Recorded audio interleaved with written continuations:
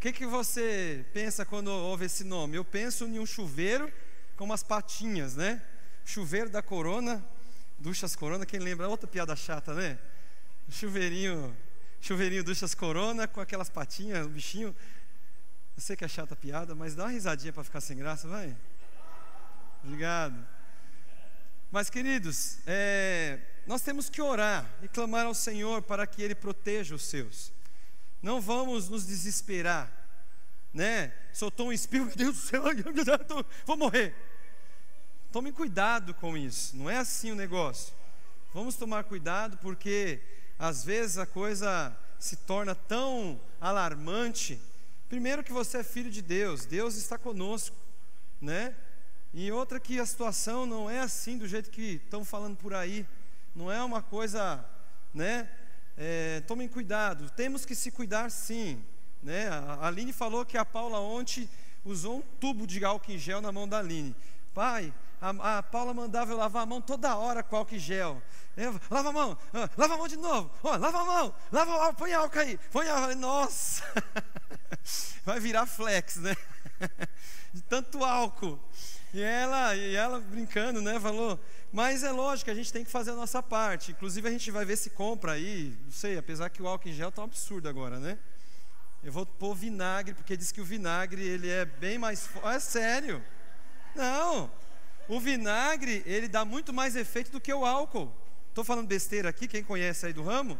O vinagre, então eu vou pôr uns litros de vinagre ali atrás, com um cheiro bem gostoso de maçã, e você passa o vinagre na mão e está, desinfetado.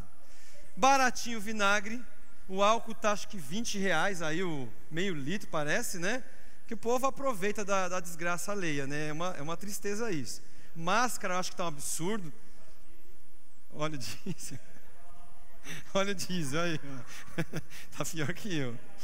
Mas continuem orando por essa questão, né? Não a gente tem que se preocupar sim.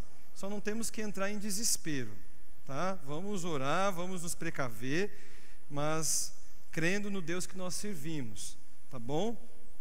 Temos muitos casos já aí no São Paulo, já está aí se alastrando, mas Deus é conosco e, na verdade, a gente tem ouvido comentários de que isso também até é algo objetivo de interesses econômicos e tudo, a gente não sabe, né? Mas não vamos desesperar. Tem igrejas que nem está tendo culto, não vão ter culto, porque que é isso ter culto? Não abraça seu irmão, não cumprimenta seu irmão, né? Aí é com você, né? Se você não quiser cumprimentar, não quiser abraçar, fique em paz, mas eu vou cumprimentar e vou abraçar quem quiser. Tá bom? Fala, Jô.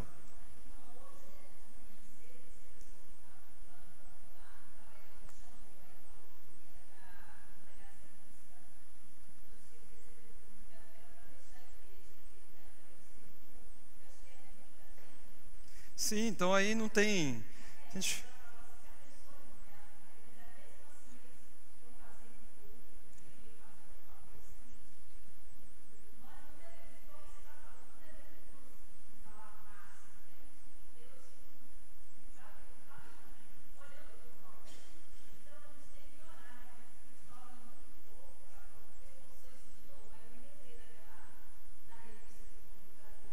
Uhum.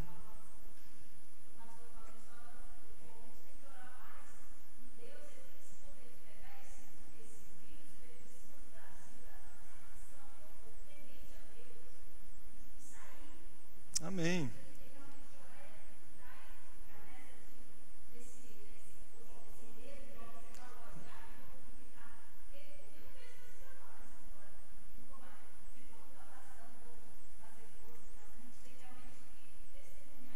Sim, é lógico que existem casos e casos, né?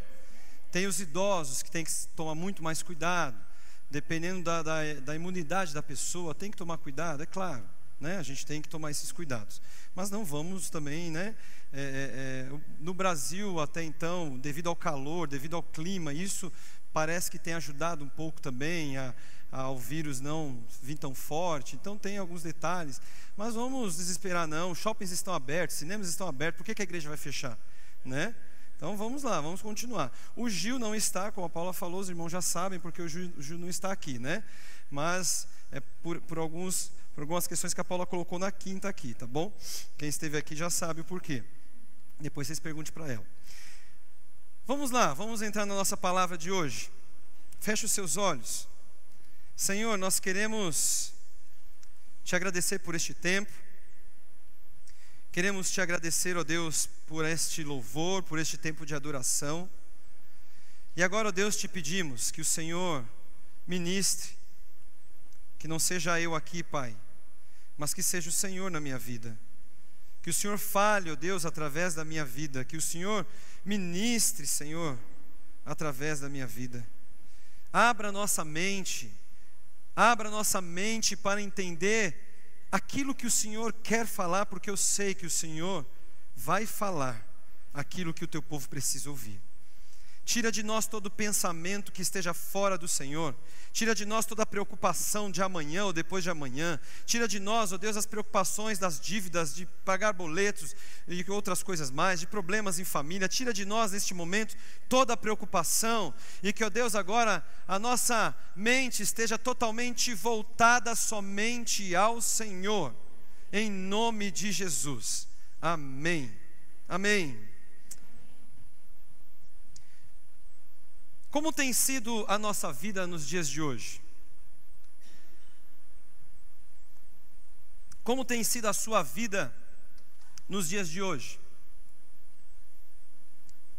Se eu perguntar para cada um de vocês aqui, como é que está a sua vida? Talvez muitos vão falar assim, não está fácil não.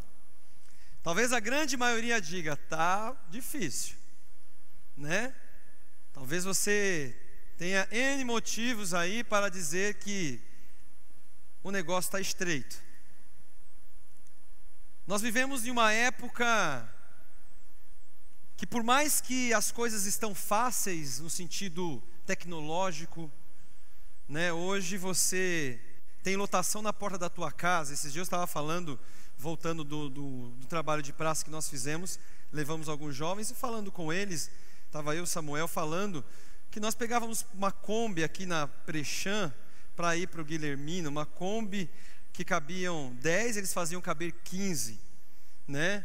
E a gente ia lá, dá uma apertadinha aí, não cabia mais, não tinha como apertar, eles mandavam apertar, né? E a gente ia lá assim, todo apertado, ainda mais quando entrava uma pessoa mais fortinha, e eles queriam pôr mais gente, e a gente ficava lá assim, né? E aquelas peruas caindo aos pedaços, e já vi gente saindo pela porta, já ouvi falar a Leia, né? Quem lembra da Leia aí? Caiu rolando para fora da perua, ou seja, e aí se você for perguntar para os nossos pais, é pior ainda, que não tinha nem a perua, era o ônibus que vinha para fora, saía a gente para fora. Hoje você tem uma lotação que geralmente passa na porta da tua casa, um conforto, ar-condicionado dentro da lotação, Wi-Fi muitas vezes, carregador de celular. Mas mesmo assim, aí você fala, internet hoje você tem em qualquer lugar. Você hoje, aonde você vai, tem internet, tem Wi-Fi grátis. Telefone, antigamente você tinha que comprar o plano de expansão. Quem é dessa época do plano de expansão? Da Telesp? Quem é? Fala, Clóvis, que você é. Hã? Eu comprei um plano de expansão. Paguei R$1.000 e poucos. Na verdade, meu pai que pagou. Ele comprou um para ele e comprou um para mim. Aí depois você ressarciu o valor. Aí eu devolvi para ele. Era uma alegria, porque quase ninguém tinha telefone. Quantos tem telefone hoje aqui? Gente, a vida está mais fácil ou não está? Mas se eu perguntar para você como é que está a sua vida, você vai falar, não está fácil não. É ou não é? Nós vivemos em um mundo onde a tecnologia e outras coisas facilitam muito. Mas quando nós olhamos para a nossa vida em particular, quando nós olhamos o nosso dia a dia, nós olhamos e falamos, meu Deus, como está difícil. Quais as notícias que nós temos ouvido hoje na TV? Quando você liga um jornal, o que você tem ouvido hoje no jornal? É só morte, é só filho matando pai, pai matando filho, mulher matando o marido, marido matando a mulher, pai matando crianças pequeninas. Esses dias eu vi um que deu tiro na cabeça dos 2 filhos e se matou porque a mulher quis se separar. A Bíblia já dizia isso, a Bíblia é clara quanto a isso. Isso é só prova de que a Bíblia não mente. Mas você fica como vendo essa situação? Isso não nos dá uma tristeza, isso não nos dá de certo modo até uma raiva, que você fala, meu Deus, eu não consigo acreditar que tem gente assim. Aí muitos de nós, o que a gente faz? Eu não vou mais assistir jornal, não aguento, eu mesmo não tenho, eu tenho feito isso. Eu almoço em casa, às vezes eu assistia o Balanço Geral, não dá mais para assistir. Eu falei, chega, eu vou ficar assistindo o Bom Dia e Companhia. Tenho que aguentar a Silvia Abravanel falando, horrível, mas passa os desenhos legais, para mim espairecer a mente. Aí eu fico assistindo lá o desenho. Agora eu estou fazendo diferente, agora eu comecei na hora do meu almoço a orar. Falei, não vou nem assistir desenho, vou almoçar e vou orar, porque a coisa está feia. O negócio está cada dia mais feio. Nós estamos vivendo em uma guerra, irmãos. Eu não sei se vocês conseguem entender isso, mas nós estamos vivendo uma guerra. Uma guerra tanto material quanto espiritual. É guerra ao momento que você acorda, ao momento que você dorme. É luta, é desafios, são problemas, são dificuldades. Temos que nos desafiar a ganhar vidas no meio dessa guerra, onde as pessoas estão se degladiando, se matando, se acabando, se destruindo. É uma guerra que nós estamos vivendo, aonde dizem que as mortes que tem de assassinato e outras coisas mais são maiores do que o povo islã mata. Pensa. Então nós estamos numa realidade hoje que parece que para nós está tudo normal, mas não está, nós estamos em guerra. E nós como cristãos, nós deveríamos realmente entender, eu estou no meio de uma guerra, o que eu estou fazendo nesse meio da guerra? O que eu tenho feito em meio a esta guerra toda que eu vejo ao meu redor, e talvez eu esteja enfrentando também as minhas guerras? O que eu como cristão estou fazendo? Deus nos chamou para sermos soldados. Deus nos chamou para sermos soldados. Paulo nos diz isso, 2 Timóteo capítulo 2, versículo 3 e 4, ele nos fala: tu, pois, eu não sei se a Laurinha quer colocar aí, participe dos meus sofrimentos como bom,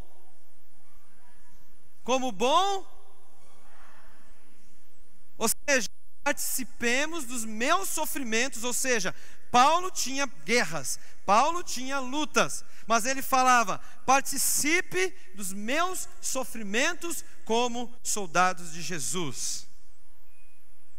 Ele diz, nós somos soldados de Cristo. Mas aí eu pergunto a você, temos sido realmente soldados? O versículo 4 continua assim, põe aí, Laurinha, por favor. Nenhum soldado em serviço se envolve em negócios desta vida, porque o seu objetivo é agradar aquele que o recrutou. Nenhum soldado se envolve com as coisas dessa terra, desta vida.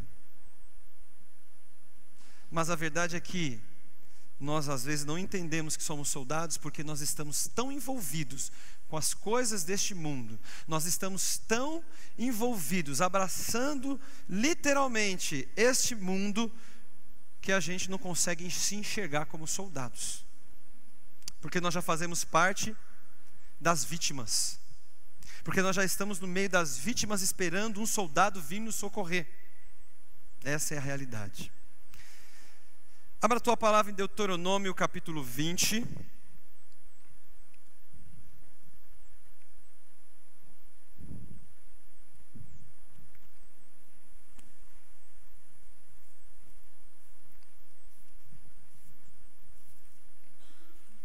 Deuteronômio 20, versículos de 1 ao 8.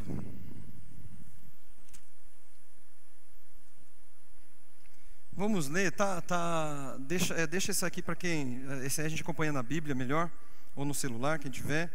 Quando saíres a peleja contra os teus inimigos, preste atenção no que a gente vai ler. E vires cavalos e carros, e povo maior em número do que tu, não os temerás, pois o Senhor, teu Deus, que te fez sair da terra do Egito, está contigo.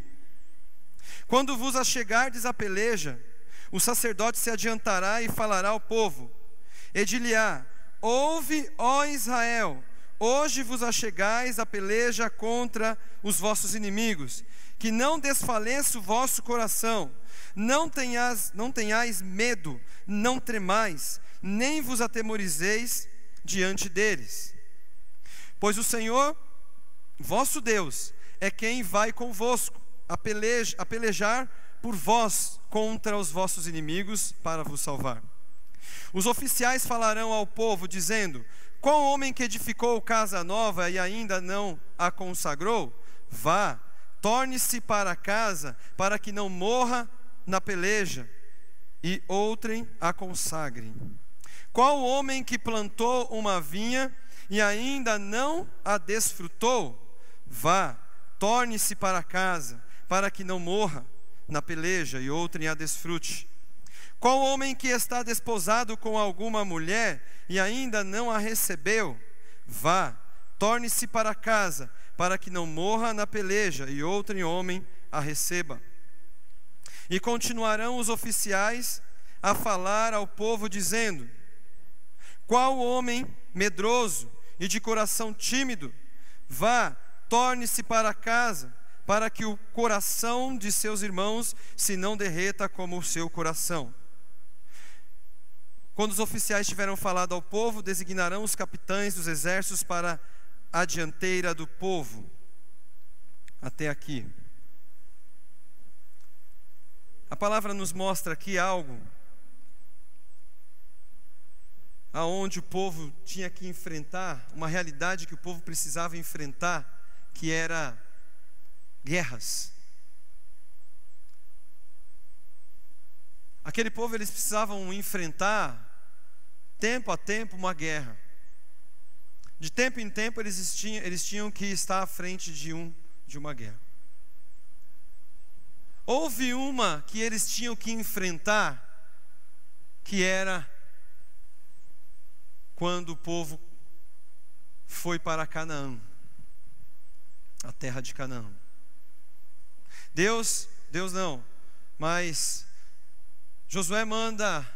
Moisés manda os espias para ir até aquela terra, para conhecer aquela terra.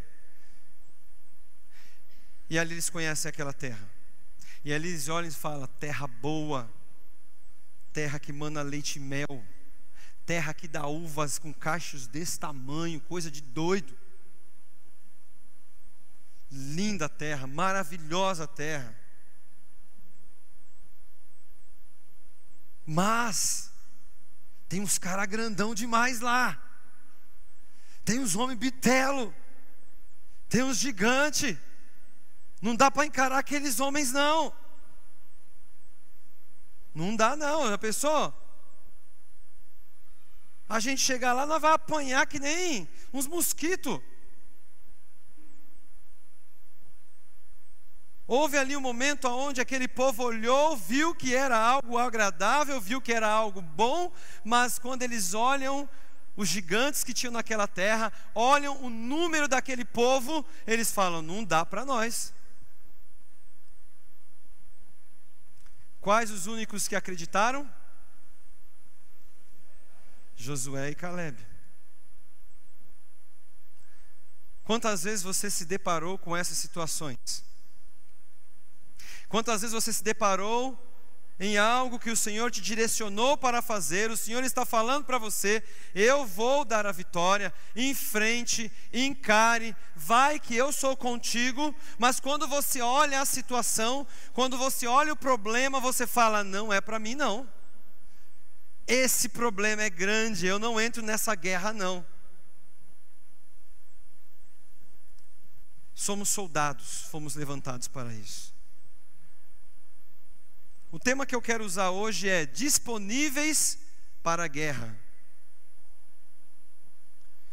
E eu pergunto a vocês: quais de nós verdadeiramente estamos disponíveis para entrar em uma guerra, como verdadeiros soldados de Cristo? Porque eu e você temos várias guerras a enfrentar. Eu e você vamos ter que conviver com vários momentos de guerra. Eu passei por uma nesses últimos momentos, últimos dias.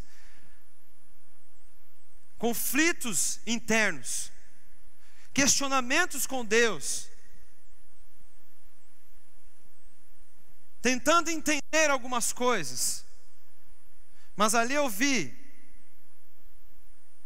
também Satanás tentando fazer com que eu cedesse, com que eu chegasse e falava: quem é esse Deus que não cura minha mãe? Mas nunca eu disse isso. Havia uma guerra dentro de mim. Havia uma guerra interior onde eu falei: Senhor, mas por que minha mãe? E no mesmo tempo aquela esperança de ver minha mãe sendo curada, no mesmo tempo vendo aquela esperança de ela mudar aquele quadro. Os médicos em todo momento que passavam ali só me dava mais desânimo, só me falavam: olha, só vamos esperar, estamos dando o melhor conforto, sua mãe não está sofrendo, mas é questão de tempo. E aí você começa: não, mas não, Deus vai fazer uma coisa, Deus vai fazer um milagre, Deus vai mudar, Deus vai mudar. E aí cada dia que ia passando você via a situação não mudando, apenas piorando. E aquela guerra dentro da gente, falando: Senhor, e aí? Meu Deus, cadê o Senhor que não vai curar? O Senhor não vai fazer nada, minha mãe está morrendo. Vivemos no meio de guerra, mas chegou um momento onde eu cheguei junto com a minha família, cheguei para minha mãe e falei: mãe, a senhora está preparada, mãe? Porque eu entendi ali, eu estava entendendo, não tinha mais o que fazer. A senhora está preparada? E ela levantou a cabeça, e nós oramos em família: Senhor, minha mãe é do Senhor, se o Senhor quiser levar ela agora, leve. Chorando, triste, com o coração doloroso, mas ali nós falamos: o Senhor é Deus. Meu pai no momento do velório ele falou: Deus me deu, Deus atirou, louvado seja o nome dEle. Porque eu poderia muitas vezes chegar lá: eu não sei, eu não tenho mais fé, a minha fé acabou, eu não vou mais orar por cura, eu não vou mais orar por ninguém, porque Deus não curou minha mãe. Eu creio que era o que Satanás queria ouvir de nós, de mim, do meu irmão, do meu pai, da minha esposa, talvez da Michele. Mas nós entendemos, foi Deus, Deus permitiu, Ele é perfeito, Ele é soberano. Eu apenas vou entender, aceitar e louvar o nome do meu Deus, porque essa vida é muito passageira. E eu sei que eu aproveitei muito com minha mãe, eu sei que eu tive momentos maravilhosos com minha mãe. Nós curtimos a minha mãe enquanto ela estava aqui. Eu falei com um amigo meu que estava me visitando no dia no hospital, falei: cara, valorize o tempo com a tua mãe, ele trabalha demais. Valorize o tempo com a tua mãe, cara, porque hoje eu estou aqui sofrendo, mas eu posso dizer uma coisa: eu curti essa velhinha, eu aproveitei cada momento com ela. Saíamos juntos, brincávamos, estávamos ali, almoçava junto muitas vezes. Agora, é um momento de guerra que nós vivemos. Quando a doença vem, é um momento de guerra. Quando as lutas vêm, são guerras que a gente tem que enfrentar. Mas nós não devemos temer o inimigo. A palavra nos fala: quando saíres a peleja contra os teus inimigos e vires cavalos e carros e povo maior, sabe o que quer dizer isso? Quando você sair para pelejar e você começar a ver cavalos, você começar a ver carros, você começar a ver um povo maior que o teu. Ou seja, quando você começar a peleja e você começar a ver que o teu inimigo está mais preparado no sentido de ter mais equipamentos, quando você entrar numa peleja e você vê que aparentemente está tudo acabado para você, quando você entra na peleja e você olha e fala, não tem mais o que fazer, eu olho e não vejo mais solução, eu olho e vejo cavalos, eu vejo carros do inimigo, eu vejo, vamos trazer para o dia de hoje, eu vou para uma guerra, eu entro numa guerra, eu vou entrar contra os Estados Unidos, e eu vejo lá, jatinhos de última geração, e eu estou lá com, qual que é o do Brasil? Um teco-teco, ou eu vou lá entrar com o meu tanque de guerra, enquanto os Estados Unidos está com um tanque que já é invisível, que ninguém enxerga, última geração. Aí você começa a olhar o seu povo, os seus soldados totalmente despreparados, enquanto os outros estão totalmente preparados na sua visão humana, e você começa a olhar, não tem o que fazer, já era, acabou. A tendência nossa é quando o negócio fica feio, a tendência nossa é quando eu olho o meu inimigo muito mais além do que eu, muito mais preparado do que eu, é eu falar, acabou. E o Senhor fala e deixa claro aqui, olha, quando vocês perceberem isso, se você vê o teu inimigo mais preparado que vocês, humanamente falando, não tenham medo, não o temerás. Pois o Senhor teu Deus, que te fez sair da terra do Egito, está contigo. Eu livrei vocês do Egito, lembra? Eu livrei vocês do Egito, da escravidão. Eu abri o mar vermelho para vocês. Então o que o Senhor está dizendo é, não tema o inimigo, por mais preparado que ele esteja. Quando vos achegardes à peleja, o sacerdote se adiantará e falará ao povo, e dir-lhe-á, ouve, ó Israel, hoje vos achegais à peleja contra os vossos inimigos, que não desfaleça o vosso coração, não tenhais medo, não tremais, nem vos aterrorizeis diante deles, pois o Senhor, vosso Deus, é quem vai convosco à peleja.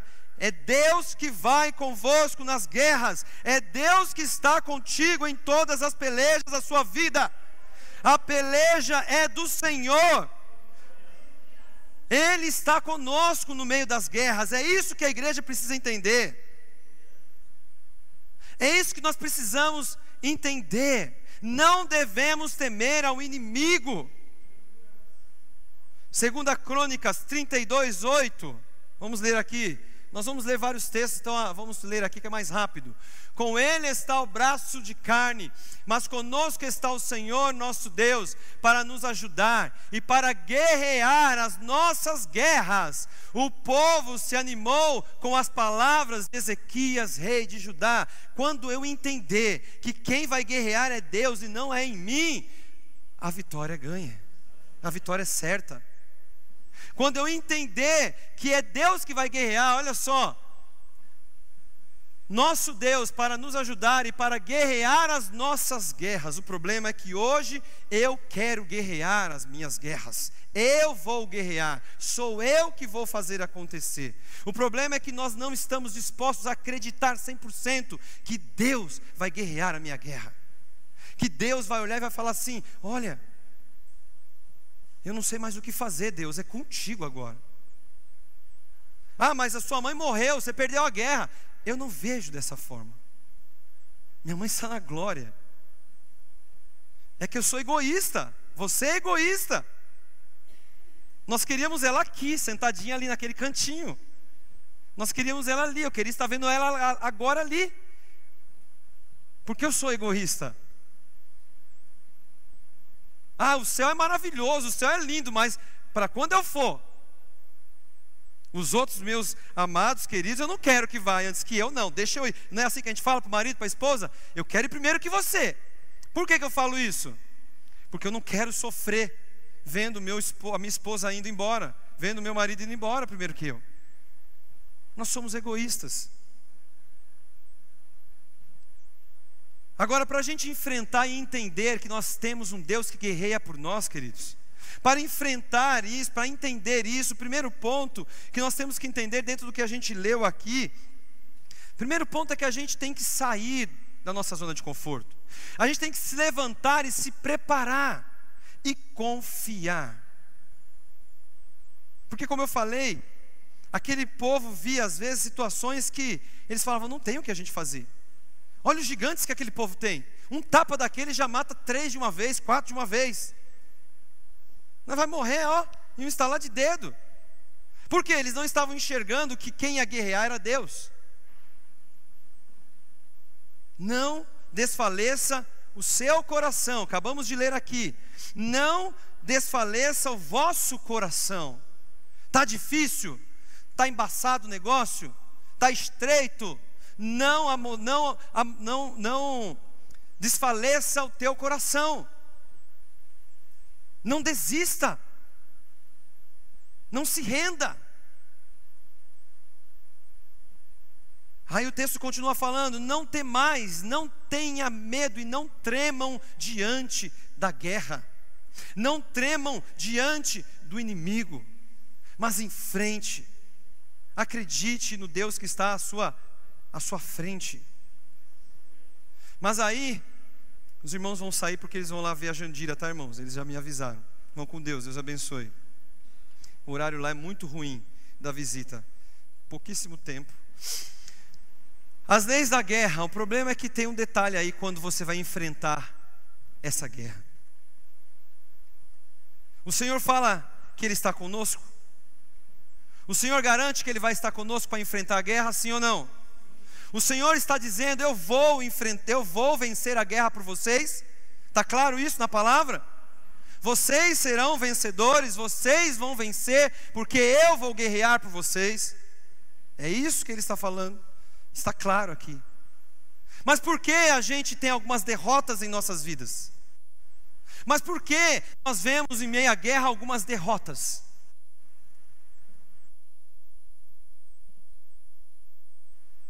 Está dizendo para você que Ele vai dar a vitória. Existem algumas leis da guerra. Naquela época existiam essas leis. E eu quero colocar como aplicação porque eu achei interessante o que o texto nos ensina. O versículo 5, ele diz o seguinte: os oficiais falarão ao povo dizendo, isso quando eles chamavam o povo para a guerra, tá? Quando eles iam escalar o povo, ele falava assim: qual o homem que edificou a casa nova e ainda não a consagrou?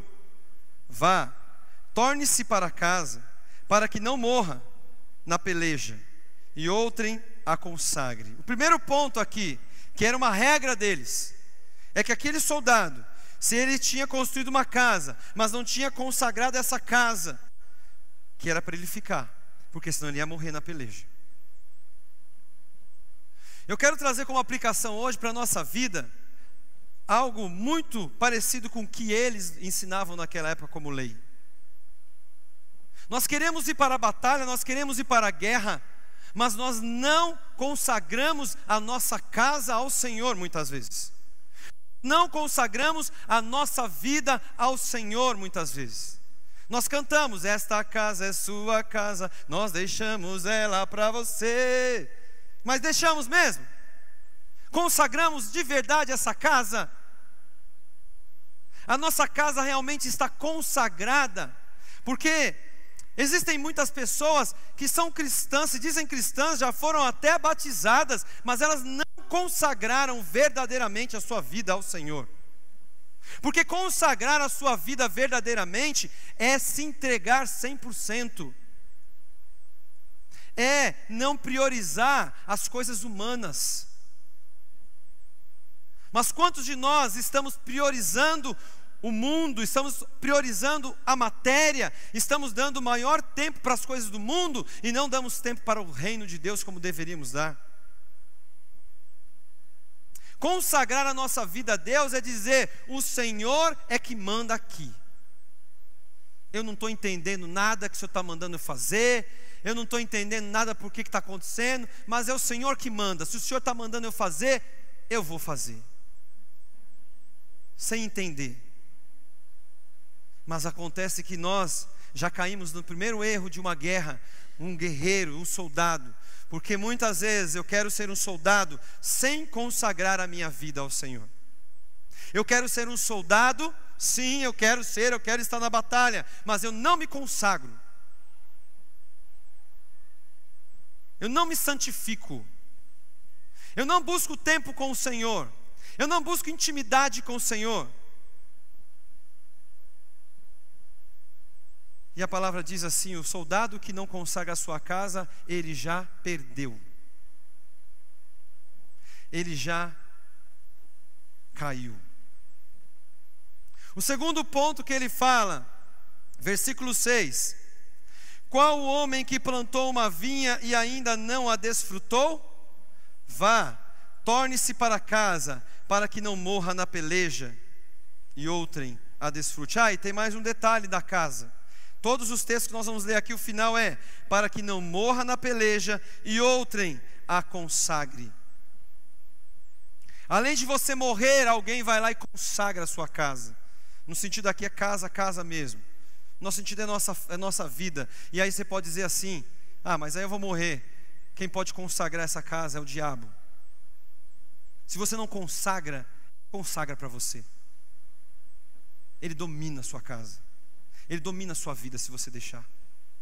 Se você não fizer nada, se você não tomar posturas, se você não falar: Senhor, eu vou fazer, eu vou me santificar, custe o que custar, eu vou mudar a minha vida. Pode fazer, pode mudar, pode mexer. Se eu não fizer isso, Satanás faz por você. Saiba disso. Satanás está doidinho para acabar com a tua vida, doidinho para destruir você, sua família, seu lar. Ele está doidinho. Então precisamos entender que a consagração é importantíssima, tanto da minha vida em particular, como da minha casa. Mesmo que a sua família não seja toda cristã, consagre ao Senhor. Senhor, eles são teus. Senhor, eles são teus. Meu pai não presta. Eu sei que meu pai já fez isso, mas ele é teu. Eu declaro que ele é teu. Ele vai se render. Ele vai ser um homem do Senhor. Mas a gente não tem tempo para isso. A gente não se preocupa com isso. A gente está tão preocupado com as outras coisas e quer ir para a batalha desse jeito. E aí o versículo 6 nos fala que os que tiveram a obra plantada em seu coração, muitas vezes plantou aquela obra. Ele entendeu o Evangelho, ele aceitou Jesus. O mesmo caso do primeiro, ele se batizou. Mas o Senhor fala dos frutos, né? Nós temos vários textos da palavra falando: aquele que não der fruto, a árvore que não der fruto, o que é que vai acontecer com essa árvore? Cortou. E aí muitas vezes eu quero ir para a batalha, eu quero ser um soldado, mas eu não estou dando fruto. Que testemunho que eu estou dando no meu trabalho? Que testemunho que eu estou dando na escola? Que testemunho eu estou dando na minha casa, no meu lar?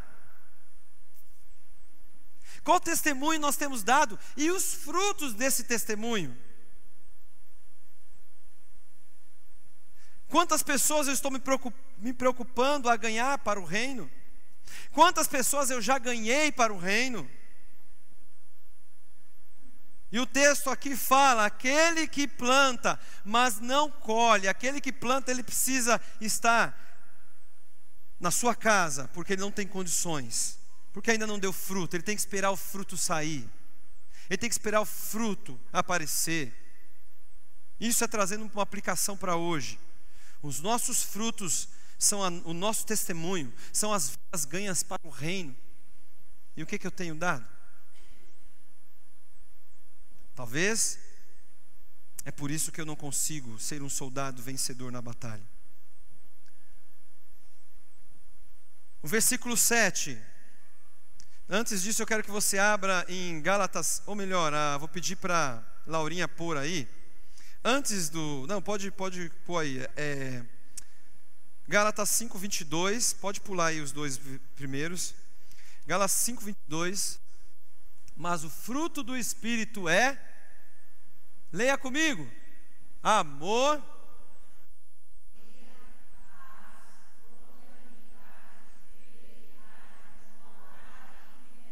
e aí, qual é o fruto que você tem dado? Aqui, está aqui, ó. O fruto do Espírito são alguns aí. Qual o fruto que você tem dado daqui? Eu tenho dado amor, eu tenho dado alegria, paz, eu tenho sido longânimo, eu tenho sido benigno, eu tenho sido bondoso, eu sou fiel. Esses são alguns dos frutos que eu tenho que dar. Mas aí eu fui plantado, eu fui colhido, eu aprendi aqui na igreja, eu cresci aqui na igreja, eu aprendi o que é certo, o que é errado, mas aí eu não dou fruto nunca. Sabe aquela planta que é difícil de dar fruto? Que você tem que trabalhar, que você tem que cultivar, e tem que pôr isso, tem que pôr aquilo na terra, para ver se sai alguma plantinha, alguma florzinha, algum fruto, porque é difícil de cuidar, é difícil de lidar, mas se dá fruto, amém. O problema é que tem umas que não dá, só dá espinho. Esses são os frutos, os básicos. 2 Timóteo 2,6.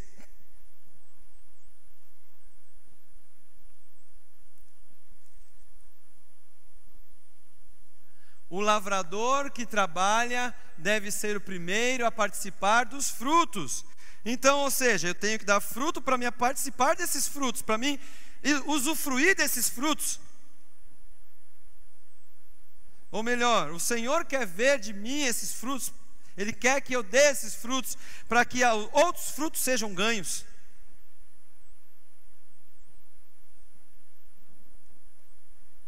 E aí vai começar nos frutos do Espírito, a gente já bloqueia. Opa, peraí, vixe, esses aí é embaçado.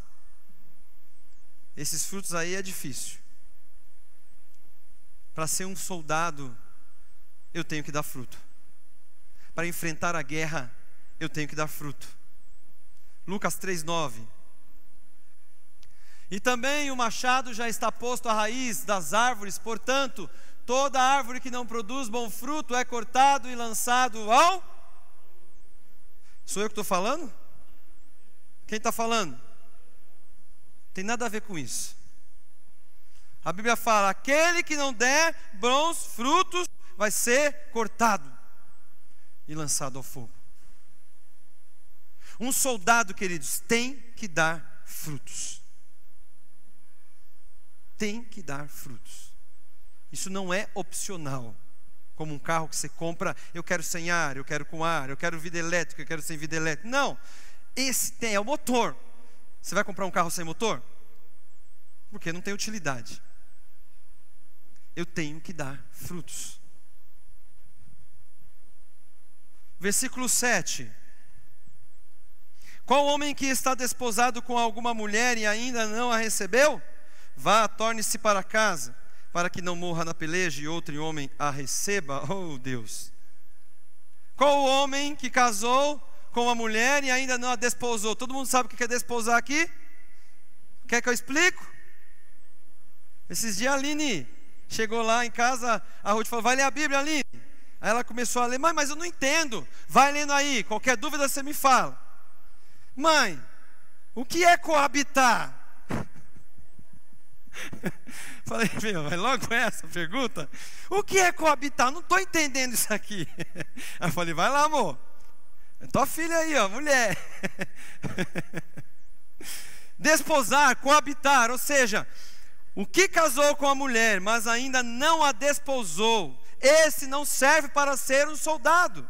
Ou seja, eu sou um crente, eu me batizei, mesma história. Eu estou na igreja, congrego, estou lá, canto, até toco, até falo alguma coisa bonita, mas a verdade é que eu não vivo igreja de verdade. Eu não abracei a igreja como a noiva. Eu não tenho um relacionamento íntimo com a noiva. O que está dizendo, que a gente pode trazer para aplicação é: precisamos ter um relacionamento íntimo com a igreja. Mas nós não, muitas vezes estamos dispostos a ter essa intimidade com a igreja, porque tem muito problema no meio da igreja, porque tem os seus, cada um tem o seu pensamento, cada um tem um jeito de agir, e eu não tenho paciência, eu não sou longânimo. Ai, mas tem crente que misericórdia, eu quero distância.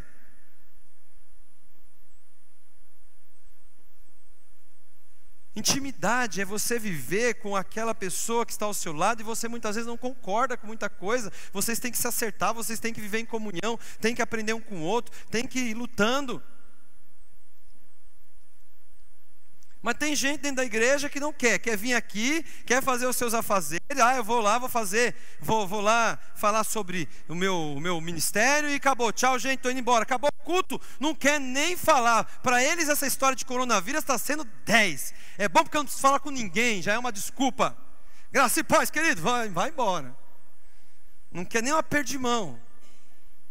Enquanto nós precisamos viver igreja com intimidade. É um brigando muitas vezes com o outro quando for preciso.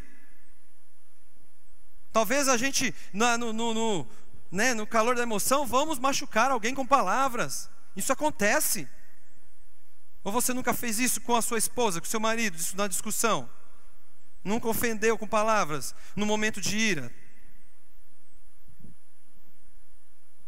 Porque no casamento eu acredito que todos passam por esses momentos. Só minha esposa que não, que é uma doce, né? Não faz nada, né? Vocês que pensam. Mas há relacionamentos, e no relacionamento existem os seus problemas.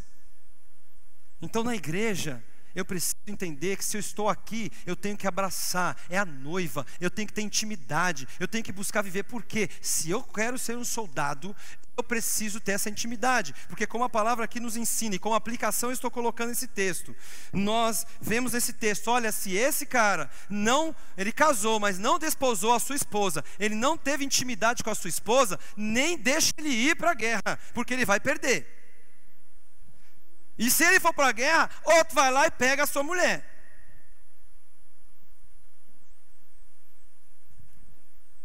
É estreito o negócio. É estreito. Mateus 21, 28 a 31. O que vocês acham? Um homem tinha 2 filhos, chegando-se ao primeiro, disse: filho, vá hoje trabalhar na vinha. 29. Ele respondeu: não quero ir, mas depois, arrependido, foi. Dirigindo-se ao outro filho, o pai disse a mesma coisa. Ele respondeu: sim, Senhor, mas não foi. Qual dos 2 fez a vontade do pai? Eles responderam: o primeiro. Então Jesus disse: em verdade lhes digo que os publicanos e as prostitutas estão entrando no reino de Deus primeiro que vocês. Sabe por quê? Porque eles estão entendendo o que é viver reino. Muitos estão adentrando, muitos naquela época estavam entendendo, os publicanos, as prostitutas, estavam entendendo o reino de Deus e estavam abraçando a causa, enquanto os outros ficavam com picuinha, enquanto os outros ficavam com frescura, enquanto os outros ficavam lá com pipipi, popopó, né? Enquanto os outros ficavam lá, pipipi, popopó, fulaninho diz: eu estou chateado com o irmão, eu estou chateado com o cicrano. Olha eu imitando o Cavalcante. Eu estou chateado, né? Não vai. Enquanto a gente está brigando, esses aqui que estão sendo salvos por outras pessoas, que a gente deveria fazer a mesma coisa, outros estão ganhando prostitutas, outros estão ganhando os publicanos, e eles estão abraçando a causa com gosto. Nós fomos na sexta-feira na Silva Romero, teve um trabalho de praça ali, evangelismo, E o grupo que estava ali já estão acostumados, já estão há 2 anos trabalhando na Paulista. Todos os sábados eles estão na Paulista evangelizando. Já batizaram na Paulista, inclusive. Já fizeram um batismo, botaram a piscina no meio da calçada da Paulista. Mandaram um carro-pipa encher e batizaram 2 pessoas ali. E estão lá, trabalhando constantemente, coisa linda de se ver. E assim, quando chega alguém lá, eu queria cantar um louvor, eles não ficam perguntando, mas você é de que igreja? Porque ali a visão é outra. A visão é realmente dar oportunidade para impactar vidas. Você puxa no Face depois lá, igreja de rua. Está lá no Face, aí você vai ver vários vídeos dele na Paulista, inclusive o que a gente fez no sábado, na sexta-feira. Nós vamos passar um pedacinho para vocês ver depois. 1 Coríntios 15, 58. Portanto, meus amados irmãos, sejam firmes, inabaláveis e sempre... O que é abundante? Cheio, né? Na obra do Senhor, sabendo que no Senhor o trabalho de vocês não é... Sejam firmes. Eu coloquei esse texto para vocês esses dias atrás no áudio que eu postei, que eu coloquei lá no grupo. Sejam firmes, sejam constantes, sejam abundantes. Porque esse soldado, quando ele casa, ele tem que ter intimidade, ele tem que ter constância com a sua esposa, ele tem que ser firme com a sua esposa, ou com o seu marido, se for no caso nosso. Tem que ter abundância, tem que ter constância no relacionamento, porque um soldado que tem problemas dentro de casa, ele não vai ter cabeça para resolver e para conseguir vencer o inimigo. Precisamos entender isso. E versículo 8: E continuarão os oficiais a falar ao povo, dizendo: qual o homem medroso e de coração tímido, vá, torne-se para casa, para que o coração de seus irmãos se não derreta como o seu coração. O medo e a timidez demonstra falta de confiança a Deus.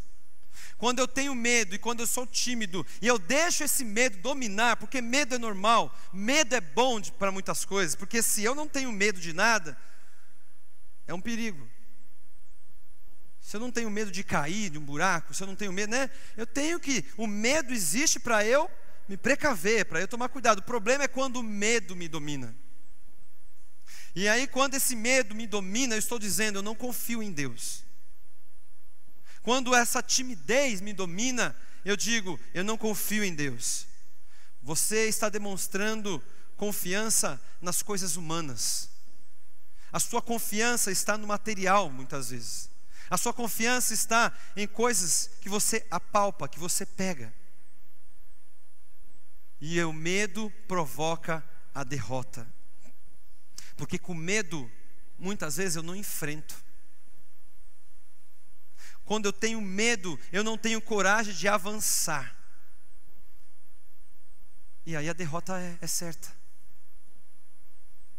Não tenho o que fazer. E nós vivemos em momentos da nossa vida com medo de fazer algo. Eu tenho medo de fazer isso, eu tenho medo de fazer aquilo. Tem uma pessoa que eu acho muito engraçado. Essa pessoa, ela não é daqui do ministério. Alguns irmãos conhecem. E ele é uma pessoa que é um empreendedor. Ele toda hora ele está montando alguma coisa. Toda hora ele está tentando algo. Não deu certo aqui, ele vai e abre outro. Não deu certo ali, ele vai e abre outro. Não deu certo, ele não desiste. Eu tentei ser empreendedor e logo de cara eu já desisti. Não deu certo lá no meu sorvete, 2 vezes na verdade. Não deu certo a perua escolar, eu tentei trabalhar com sorvete, foi uma fria só. Entenderam a piada ou não? Meu Deus, eu estou tão ruim assim de piada, gente. Meu Deus do céu, eu tenho que aprender mais, né? Gente, eu desisti. Esse não, ele persiste. Ele persiste, ele vai, ele faz, ele tenta, ele vai, ele não tem medo. A gente até pode falar, bom, mas o cara em vez de, vai trabalhar por conta, vai trabalhar em empresa, o cara não está vendo que está dando certo. Às vezes a gente critica, mas o cara é peitudo, o cara vai lá e enfrenta. Talvez é o desespero de não querer trabalhar para ninguém, sei lá.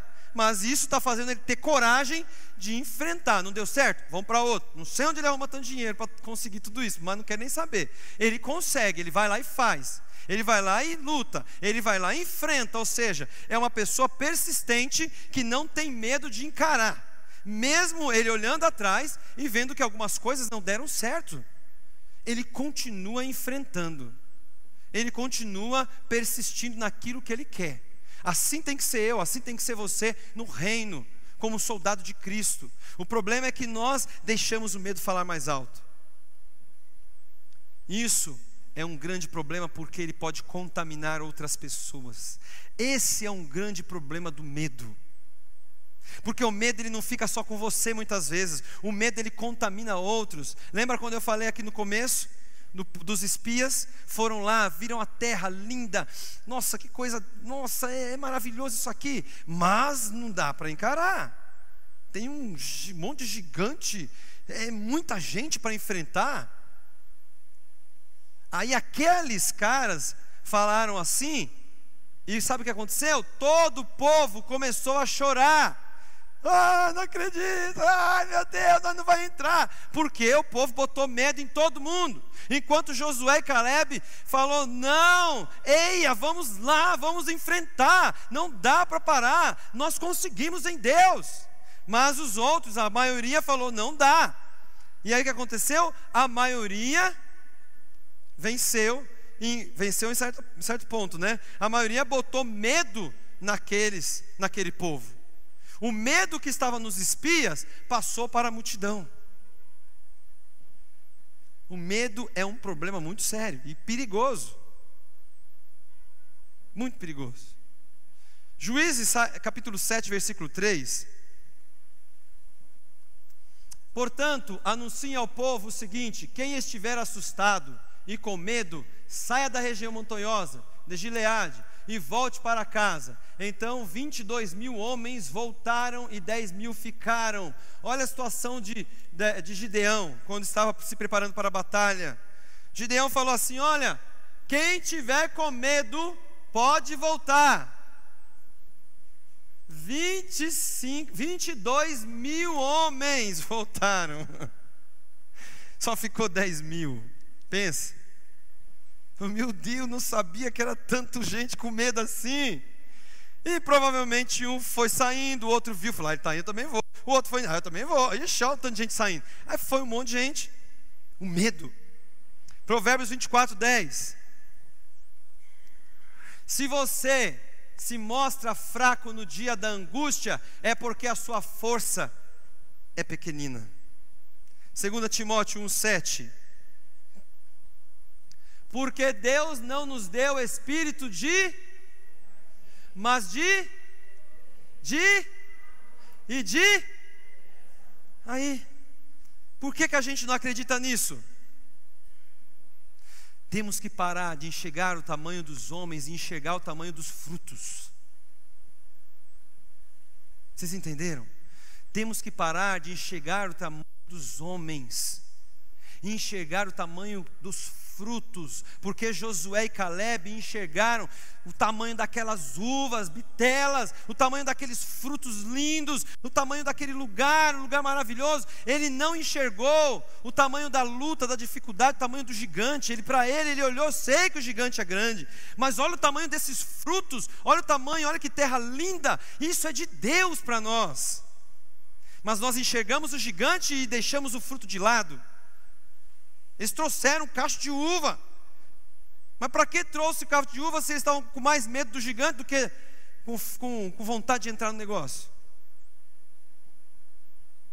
Deus não depende de quantidade, gente. Gideão foi uma prova disso. Vai lá, faz assim, aí sai um tanto. Agora vai sair mais um tanto. Agora quem beber d'água, vai sair mais um tanto. Gideão falou, meu Deus, e agora? Senhor, olha aí, está todo mundo saindo. Está mais ou menos igual nós, né?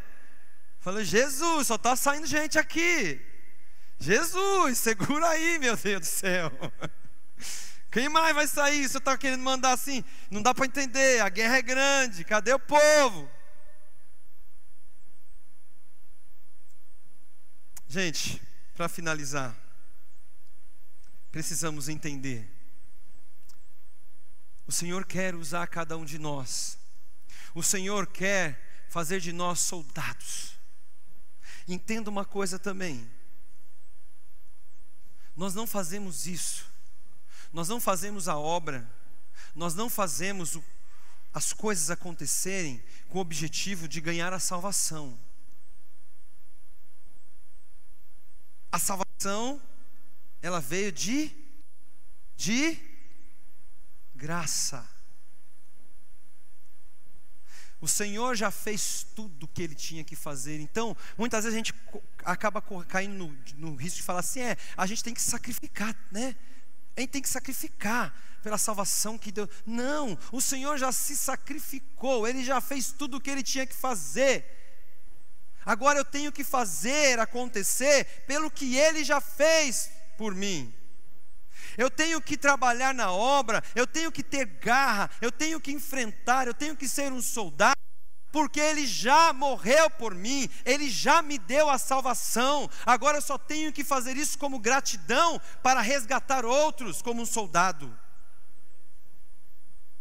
Eu não tenho que ficar com esse pensamento, não, vou fazer, é um sacrifício, né? A gente tem que sacrificar para a obra, eu tenho que chegar aqui cedo, é um sacrifício pelo reino, é um sacrifício porque, né, tem a salvação, eu quero ganhar os galardões. Sim, temos galardões a ganhar, sim, mas o foco principal não é esse. Eu tenho que fazer porque o Senhor já morreu por mim, por você. Eu tenho que fazer porque eu já tenho a salvação e já foi de graça. Agora eu tenho que fazer pelo reino, em prol do reino, ganhando vidas, resgatando almas do inferno. O Senhor, Ele tem nos dado esse desafio, irmãos. O Senhor, Ele tem nos dado o desafio de evangelismo. A igreja é muito acomodada nisso. Todos nós, a começar de mim, nós somos muito acomodados com isso. Além das lutas diárias que nós temos, nós não queremos arrumar mais lutas para nós, muitas vezes. Eu já tenho tanta luta, eu vou ficar indo atrás de gente? Não, eu vou nada.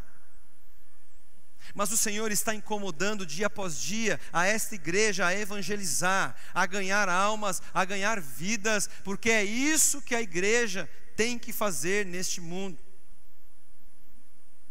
A Paula ministrou quinta sobre isso, o Abner ministrou no domingo passado sobre isso, o pastor Cavalcante também falou sobre isso. Evangelismo, precisamos sair, precisamos investir, precisamos ser soldados. Então entenda, dentro dos seus problemas particulares, o Senhor quer te dar a vitória, sim, mas para Ele te dar a vitória, você tem que cumprir essas questões. Você tem que entender o que a palavra ensina a gente através de Deuteronômio, porque ali existia uma guerra literal, uma guerra onde os soldados iam de verdade, usavam as suas armaduras, a sua lança e tudo mais, e ali existia uma preocupação dos líderes. Olha, não dá para ele ir se ele tiver uma casa e não consagrou, não dá para ele ir se ele não cuidar da sua vinha primeiro, não dá para ele ir se ele não desposou a sua esposa, não dá para ele ir se ele tiver medo, porque eles sabiam que homens assim estavam despreparados, a cabeça deles vão estar em outros lugares e não na guerra. E o que o Senhor quer fazer conosco é que nós estejamos visando a guerra, a batalha e olhando: Senhor, nós vamos vencer em Ti. Talvez o medo até venha bater na minha porta, mas eu vou encarar, eu vou enfrentar, eu vou abraçar a noiva, eu vou consagrar a minha família, eu vou consagrar a minha casa, eu vou consagrar a minha vida. Nós temos que entender, eu vou cuidar, eu vou dar frutos, eu preciso dar frutos, eu preciso dar testemunho da minha vida, porque para mim evangelizar alguém, eu preciso ser exemplo. Porque eu vou evangelizar alguém, ele olhar e falar: mas você evangelizando, rapaz, eu te conheço de quantos carnavais, vai rir da tua cara. Você na escola, como que você vai na escola? Então, para mim testemunhar, para mim falar do evangelho, eu tenho que ter vida, eu tenho que dar frutos.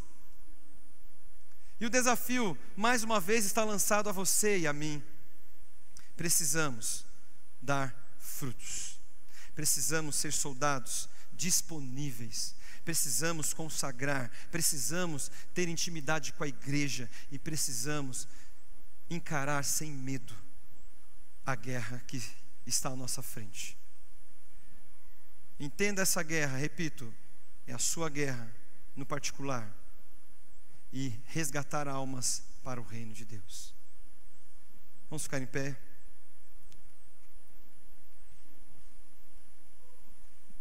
Feche seus olhos.